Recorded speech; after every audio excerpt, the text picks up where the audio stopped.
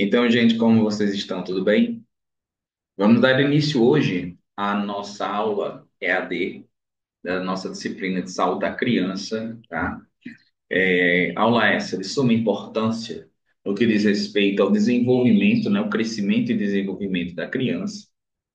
Nós iremos, né, analisar os pontos mais importantes relacionados à saúde da criança, voltados, né, a essa parte de assistência de enfermagem, tá? Primeiro de tudo, nós precisamos entender o que é a triagem neonatal. Quando a gente fala em triagem, nós estamos falando num sistema de classificação. Quando a gente fala em triagem, a gente está falando numa situação em que existem alguns exames que são realizados para que possa, na verdade, ter um diagnóstico precoce diante desse tipo de situação, tá? Então, nós teremos aí os exames de triagem neonatal os mais conhecidos e importantes, né? Preconizado dentro da saúde da criança, voltados a esse tipo de situação. Então, a rede de triagem neonatal são testes feitos em diferentes locais na criança, onde pode ser detectado patologias importantes para o desenvolvimento da mesma, podendo ser feita medida profilática para o seu não desenvolvimento. Então, se você me pergunta, professor, dentro desses exames de triagem neonatal, eu preciso saber de forma detalhada cada um deles? Sim. A dica que eu dou para vocês é que vocês entendam a base de cada um desses exames, né? Os testes que são realizados. Então, vamos lá. Os mais importantes: teste do pezinho, teste do olhinho, teste da orelhinha, teste do coraçãozinho e o teste da linguinha. Ou seja, existem aí 5 exames relacionados à triagem neonatal. E nós iremos detalhar cada um deles, tá? De acordo com os seus protocolos e o que cada um vem a diagnosticar, tá? Principalmente o teste do pezinho. E o teste do pezinho ele tem em média aí uma detecção de 7 doenças, né? 7 doenças base. E em suas atualizações, o teste do pezinho ele está se reformulando cada vez mais para ampliar a oferta de doenças que podem ser diagnosticadas de forma precoce.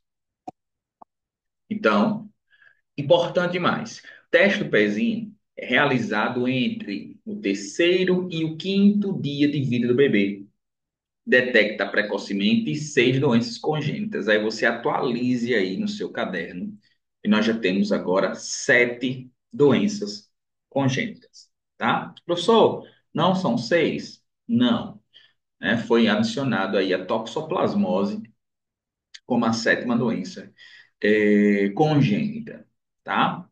Então, quantas doenças podem ser detectadas pelo teste do pezinho? 7 doenças, tá bom? Teste do olhinho, tá? Realizado antes da alta da maternidade, 2 a 3 vezes ao ano nos 3 primeiros anos de vida, detecta deficiências visuais, tá? Importante lembrar que o teste do pezinho ele é o único que muitas vezes é perguntado quais são as doenças que são detectadas. Os outros, os próprios testes, eles já dão indício do que de fato eles estão ali para serem realizados, tá? O teste do olhinho, né, o teste da orelhinha, realizado de preferência nos primeiros dias de vida, 24 a 48 horas. Na maternidade e até o primeiro mês de vida, detecta deficiência auditiva, né? Teste da orelhinha.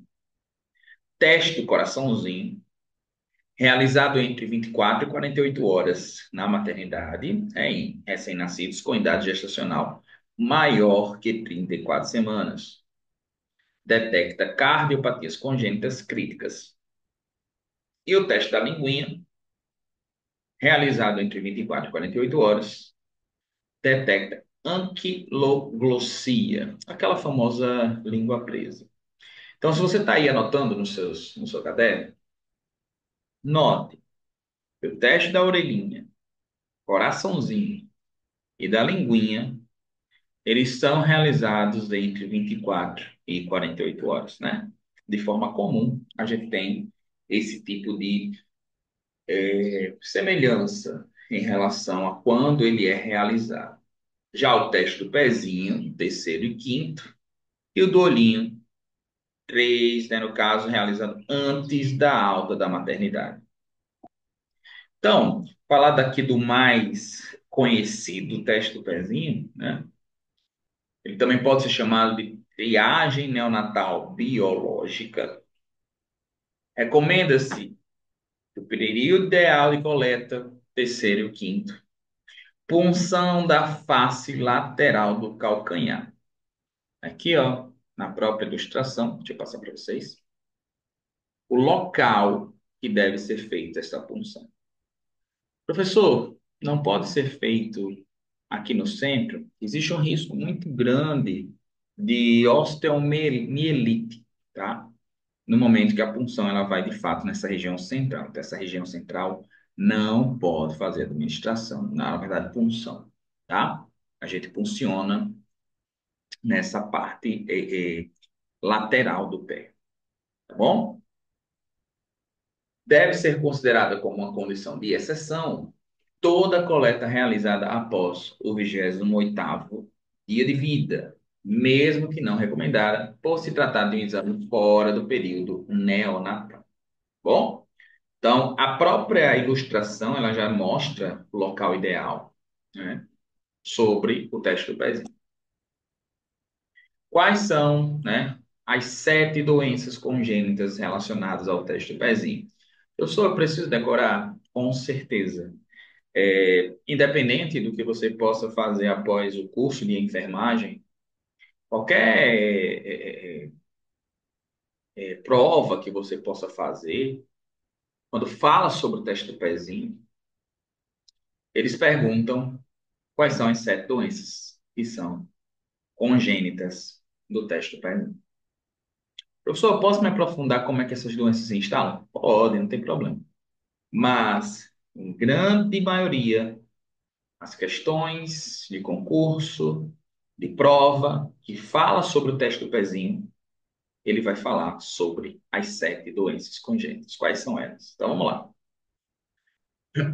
Fenilcetonúria, hipotireoidismo congênito, fibrose cística, hiperplasia adrenal, deficiência de biotinidase, doença falciforme e outras hemoglobinopatias e a toxoplasmose.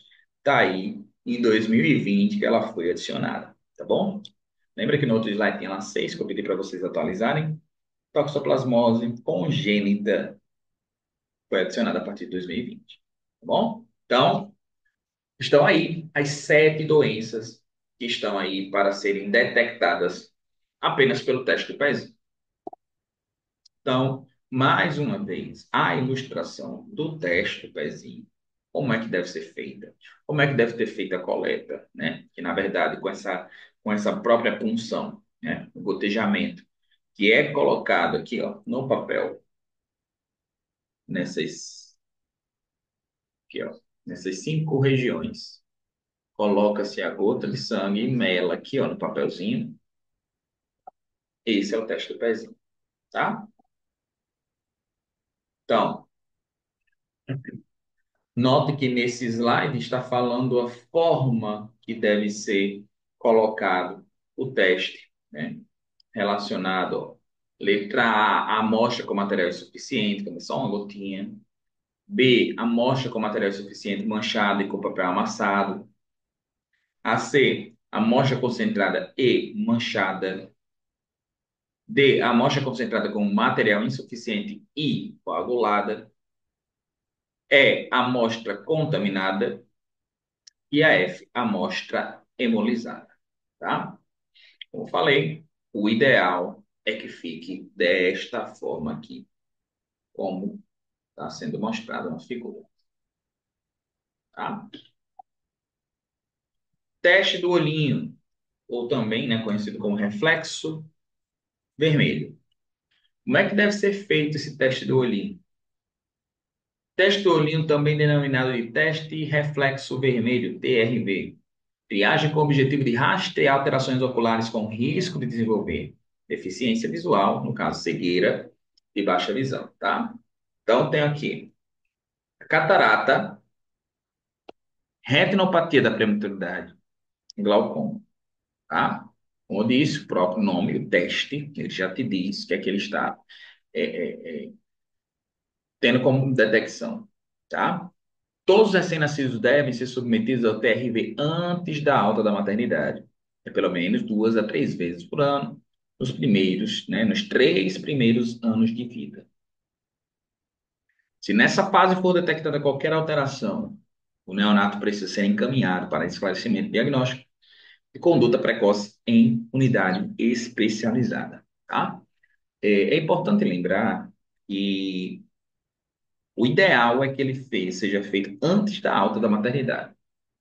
Professor, na prática acontece dessa forma? Nem sempre, tá? Nem sempre. O ideal é que, de fato, ele precisa ser feito após, né? Antes da alta. O teste deve ser realizado utilizando oftalmoscópio direto a 30 centímetros do olho, avaliado em sala escurecida. Por que em sala escurecida? Para que a pupila do bebê, né, do recém-nascido, ele possa ficar dilatado. Quando o foco de luz, né, do oftalmoscópio estiver diretamente alinhado à pupila, esse refletirá um brilho de cor laranja avermelhado. Quando há opacidade dos meios, né, da doença ocular, não é possível observar o reflexo ou sua qualidade é ruim. Deve-se fazer um olho de cada vez comparando os reflexos. Então, o que é que eu tenho ali de normalidade? É que haja um reflexo, né, um brilho cor laranja avermelhado. O professor não foi visto, estava opaco, alteração, tá? Como mostra aqui na tela para vocês, tá? Reflexo vermelho presente normal, imagem 2. Reflexo vermelho ausente em olho direito, apresentando leucocoria. E na 3, reflexo vermelho duvidoso, assimetria dos reflexos com estrabismo. Bom, esse é o tipo de alteração. Teste da orelhinha, né? O teste da orelhinha está relacionado com a parte de deficiência auditiva. Exame realizado na orelha dos bebês em 48 horas após o nascimento, com o objetivo de detectar precocemente perdas auditivas congênitas. Então, aqui, ó, teste da orelhinha, triagem auditiva neonatal. Finalidade: identificar o mais precocemente possível a deficiência auditiva dos neonatos e lactentes. Então, está aqui a ilustração do teste da orelhinha. Bom, teste da linguinha, triagem do frênulo da língua, deve ser realizado no RN antes da alta hospitalar, 24 a 48 horas. Então tá aqui, ó. É aquilo que eu falei para vocês, muito conhecido como a língua presa, anquiloglossia.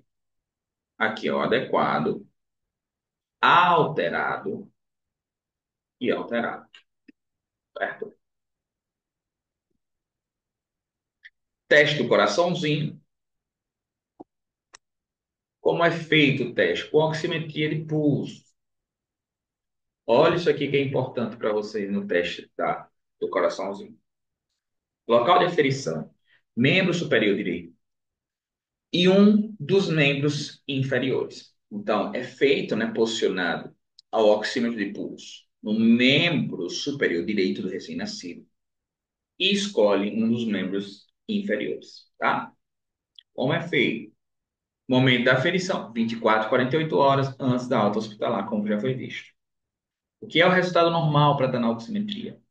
Uma saturação acima de 95% em ambas as medidas. Em ambas as medidas, tanto no membro superior direito, como também no membros, em um dos membros inferiores, né, escolhidos.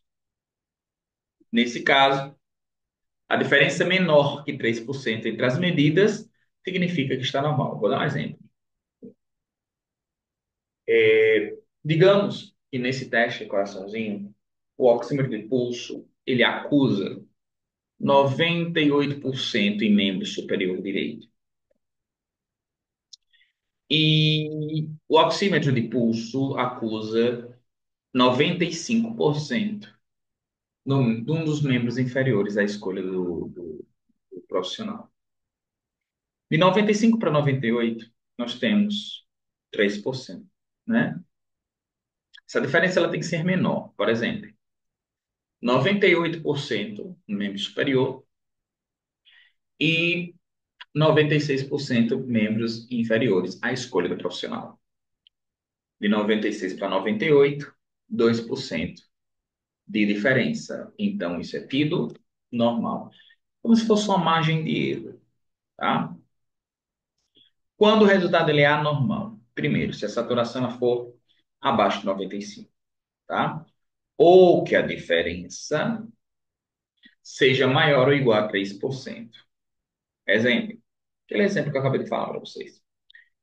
O membro superior direito, 98, e um dos membros inferiores à escolha do profissional, 95. Diferença entre as medidas, 3%. Então, isso sugere resultado de anormalidade. Tá? Caso haja essa anormalidade, repete-se o teste após 1 hora.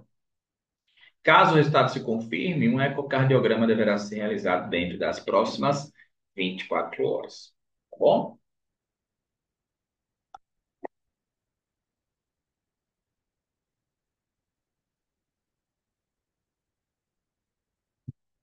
Nesse slide, a gente representa apenas a atividade elétrica do coração, né? Quando eu falei sobre a passagem, né, de um ECG ou de um eco, a gente tem aí essa atividade elétrica do coração. As medidas antropométricas, como é que a gente pode distinguir, saber delas, né? Perímetro cefálico, perímetro torácico, perímetro abdominal, peso, comprimento. Bom, peso, comprimento, perímetro cefálico, perímetro torácico, perímetro abdominal, tá? O crescimento e desenvolvimento deve ser avaliado de forma rigorosa, de acordo com os padrões do Ministério da Saúde, onde temos base precisa de peso, altura, estatura, perímetro cefálico a ser seguido. O peso, aqui ó, conceito, né, da medida. Essa medida é excelente para avaliar a nutrição da criança.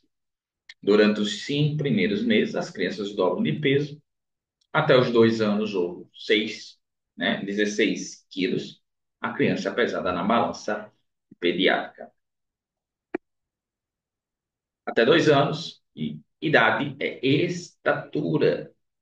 Após 2 anos, é realizado a altura da criança, tá? Perímetro cefálico, a avaliação da dimensão da circunferência da cabeça. No primeiro ano de vida, deve apresentar um crescimento rápido, onde acompanha o crescimento do cérebro.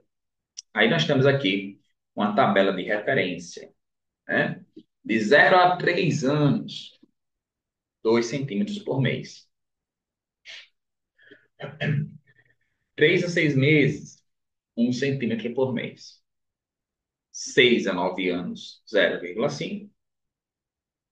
9 a 12, 0,5. Tá? Apenas tabela de referência. Perímetro cefálico, no caso, a gente tem aqui umas divergências na literatura. O RN a termo, que é um RN a termo, professor, 32 a 42, 37, perdão, 37 a 42 semanas, né? Varia de 33 a 37 centímetros. O RN a termo completo, de 33 a 35,5. E a média de 34 a 36. Vocês percebem que, de acordo com a referência bibliográfica, né, o Ministério da Saúde, o ONG e Cavalcante, nós temos aí divergências literárias. Professor, qual que eu devo usar? Eu sempre costumo falar para os meus alunos que é importante que a gente utilize as referências mais novas que tem. Tá? Aí a gente está vendo que Cavalcante, que é referência, traz 34 a 36 e é o que a gente utiliza como referência. Tá? Então, aqui o perímetro cefálico, macrocefalia, o acúmulo excessivo de líquido cefalorraquidiano, a chamada hidrocefalia, infecções por vírus durante a gestação, como sífilis, rubéola, toxoplasmose, problemas durante o parto, como a hipóxia, redução do aporte de oxigênio para o cérebro. Olha aí mais uma vez, né, em relação à própria ilustração, a circunferência craniana normal, a microcefalia e a microcefalia grave. Nesse caso, determinadas infecções como rubéola, toxoplasmose ou citomegalovírus de nutrição grave. Entre 2015 e 2017, período considerado como de emergência em saúde pública no Brasil, o surto de casos de microcefalia ocorreu em função de quê? Zika vírus. Então, está muito relacionado. Vírus da Zika com casos de microcefalia no Brasil. E aqui estão os dados epidemiológicos, né, para você ter uma ideia sobre casos de microcefalia em investigação, né, 2014 2015. Perímetro torácico, medida da circunferência do tórax, né, PT e UPC, estão relacionados ao desenvolvimento de patologias importantes. Por isso que a gente faz perímetro torácico, perímetro cefálico. Até os 6 meses, né, o perímetro cefálico é maior que o torácico. Em torno dos 6, ele se torna igual. Em torno dos 9, o perímetro cefálico ele fica menor que o perímetro torácico. Em caso de dentição, entre 6 e 8 meses, devem erupcionar, caso nascer, os primeiros dentes de leite, para ajudar no desconforto, oferecer mordedores de borracha, alimentos mais consistentes. Já o desenvolvimento linguístico, desenvolvimento da fala, inicia quando o desenvolvimento dental, fisiológico, esteja íntegro. Respiração, parte auditiva, cerebral, inteligência. Pré-linguística, gestos, ruídos, choro, expressões mais acentuadas. A gente tem a linguística, após a primeira etapa, ocorre maturação do aparelho fonador e será transmitido os primeiros, né, no caso, as primeiras palavras.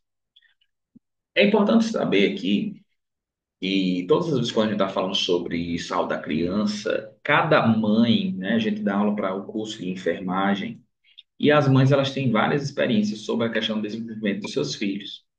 Principalmente quando ele fala em andar e falar, né? Ele diz assim, professor, mas o meu filho, ele começou tal tempo. Mas o meu começou a falar tal tempo.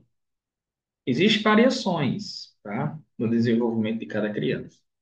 Quando a gente fala no tempo médio, o próprio nome está dizendo, é um tempo médio, é onde mais as crianças elas conseguem ter esse desenvolvimento.